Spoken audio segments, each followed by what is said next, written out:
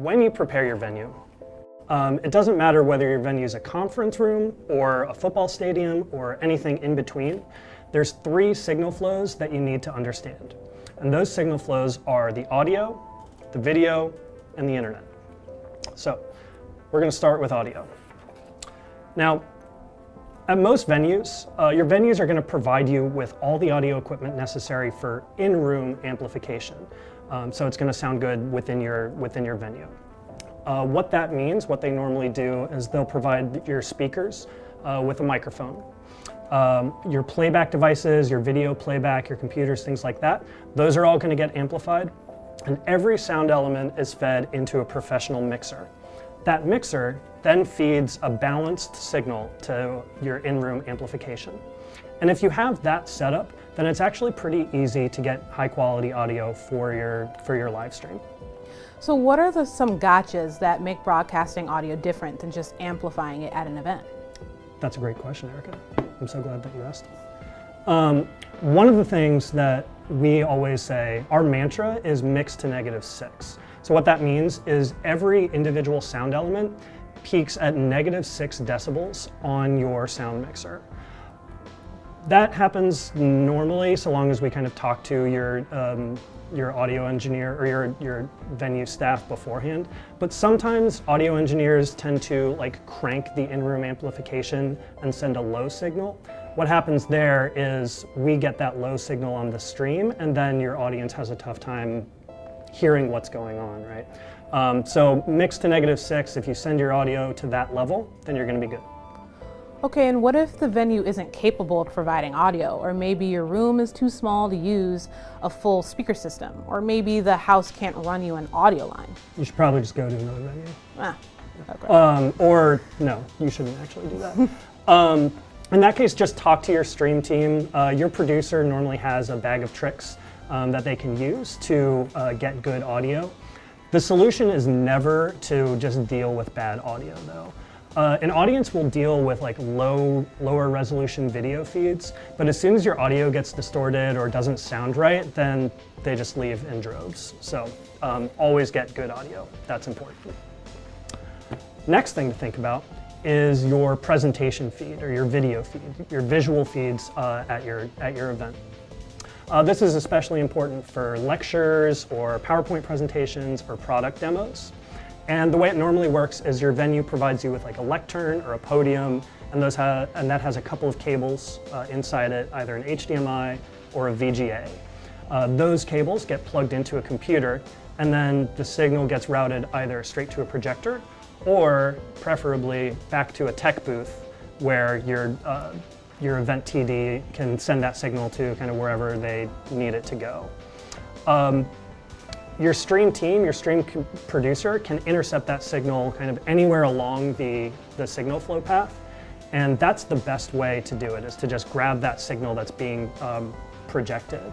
The reason that that's the best way to do it is because that allows your presenter to work on their presentation right up until the last second, which they all end up doing anyways. But it guarantees that what we're broadcasting is exactly what they're presenting. So it stays in sync with their presentation, it's generally high resolution, and it's going to look great. I see. So what are some things to watch out for?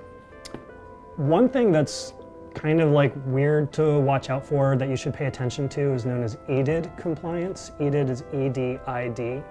And basically, it determines whether your capture device is allowed to capture a signal. So think of it as a ticket to the show, right? If your capture device or your encoder doesn't have a ticket to the presentation, to the show, then it's not going to be able to capture that feed. So that's something that we normally check well in advance and just make sure that we're going to be able to get that signal. If you don't have that signal, or if there is an issue with EDID compliance, then the solution for that is to actually have a dedicated graphics operator who's running a presentation in tandem, and that's running directly into your encoder. But obviously that's more people, that's more equipment, and that can increase your cost. So, third thing when it comes to preparing your venue is the internet. And this is probably the most important thing for your live stream, right? You have to confirm the internet capabilities of your venue. Now, ideally, your venue is going to provide hardlined internet access, which is run from an Ethernet cable through a port in the wall, right? Preferably, that hardline is going to have a static IP address with dedicated bandwidth. So what that means is even if there's a ton of other devices on the network and the network is getting overloaded, it's not going to impact your stream, right? Because you have your own dedicated bandwidth. For a full HD broadcast, we normally ask for 10 megabits per second of upload speed, which is not too much, but it's just something you have to kind of ask for in advance. If you're not able to get that much, then your stream team will probably recommend that you drop the resolution to 720p or 480p, something like that. Another thing to look out for is firewalls. Firewalls are generally not a problem if you're going to like a big venue, but if you're doing a broadcast through a government building, or a public institution, or a hospital, or something like that, there's going to be firewalls that will prevent you from accessing your streaming destination, YouTube, Facebook, whatever. And so that's something that you need to check well in advance of your broadcast to make sure that the firewall has been, or that your streaming platform has been whitelisted for your event. Okay, I see. So are there anything else to watch out here for? Yeah, I would say whenever your venue agrees to provide you with bandwidth, make sure that you get in writing what they're providing you and negotiate upfront. Venues can charge all sorts of different prices for bandwidth. We've seen prices as much as $20,000 a day for a 15 megabit per second pipe, which is a lot of money, but like you don't really have a lot of other options, right? So if you talk to your venue well in advance, if you tell them exactly what you need, then they'll generally give you favorable rates. But once they give you that favorable rate, you have to get it in writing and make sure that they're providing that.